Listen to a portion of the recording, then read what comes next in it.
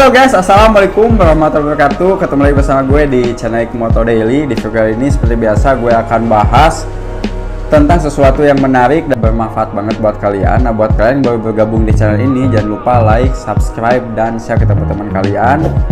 Dan thank you banget buat kalian yang udah subscribe ya channel ini, thank you banget. Nah, di sini gue akan banyak basa-basi. Jadi di sini mungkin masalahnya banyak banget ya yang mengalami. Jadi 3 alasan kenapa uang kamu cepat habis. Penghasilan gede tapi tetap aja uangnya habis, itu kan. Penghasilan udah 6 juta tetap habis, 20 tetap habis, 30 tetap habis. Nah, di sini gue akan bahas ada beberapa poin, yaitu 3 poin. Yang pertama adalah gaya hidup ya.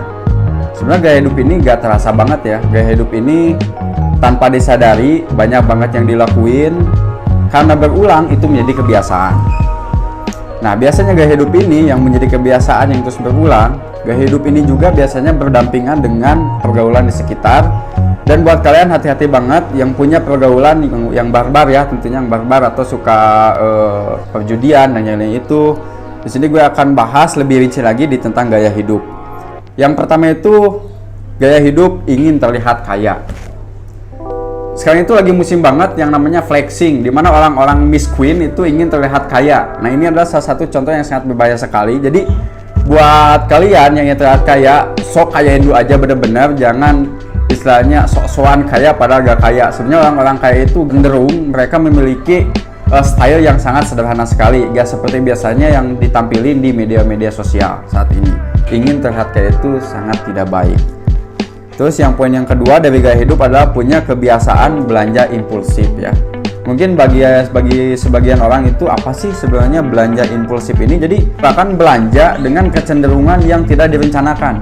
Di mana kalian misalnya jalan-jalan ke mall nih, lihat sepatu bagus. Wah, karena emangnya bagus nih, kita belanja.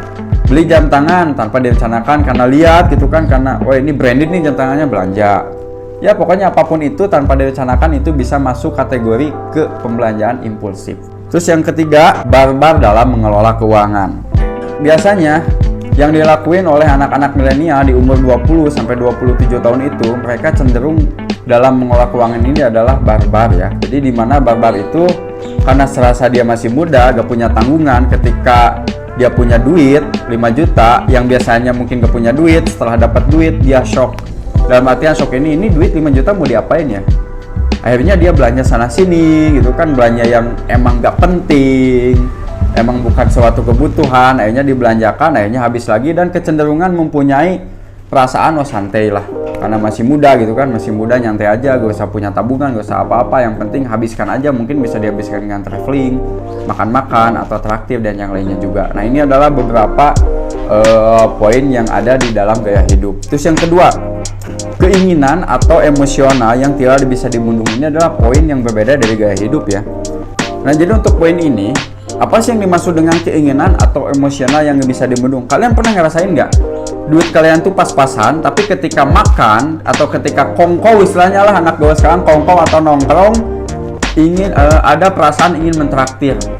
Nah, udah tahu duitnya pas-pasan, tetap aja mentraktir. Apalagi yang masih pacaran nih ya, kalian yang punya pacar ataupun jomblo. Kalau jomblo sih gak mungkin pacaran ya, karena gak punya pacar kan.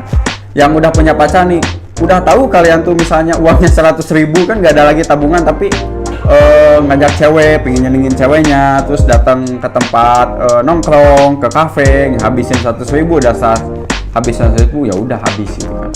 Nah, itu salah satu keinginan atau emosional yang gak bisa dibendung gitu kan. Terus ada perasaan misalnya handphone kalian tuh masih bagus, sebenarnya masih bagus, masih layak dipakai, dan pekerjaan pun masih bisa ditangani dengan handphone itu, tapi karena keinginan hasrat ingin yang lebih bagus, karena gak ada rasa bersyukur, akhirnya kalian beli lagi yang lebih bagus. Ini adalah sebuah pemborosan. Kalau menurut gue pribadi, tidak bisa menahan kesenangan.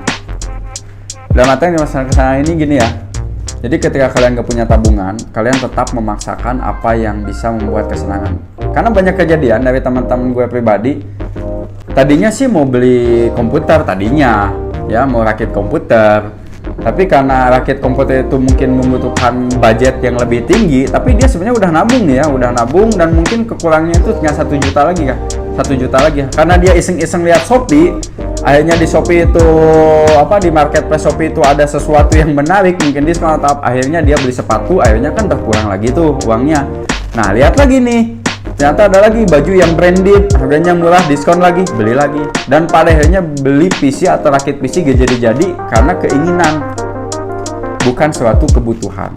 Yang ketiga, tidak memiliki perencanaan untuk masa depan. Karena kita gak punya goals, akhirnya kita itu menghabiskan uang itu sampai tidak tersisa. Di tabungan itu yang tadinya 1 juta itu sampai 0 atau benar-benar gak punya tabungan sekali. Karena itu salah satu adalah akibat kita gak punya goals untuk di masa depan. Makanya penting banget buat kalian di umur 20, 25, ataupun 30, umur berapapun itu. Nah, dengan kalian mempunyai sebuah goals untuk perencanaan keuangan di masa depan, itu bisa membantu kalian hidup lebih baik untuk di masa depan. Karena kenapa?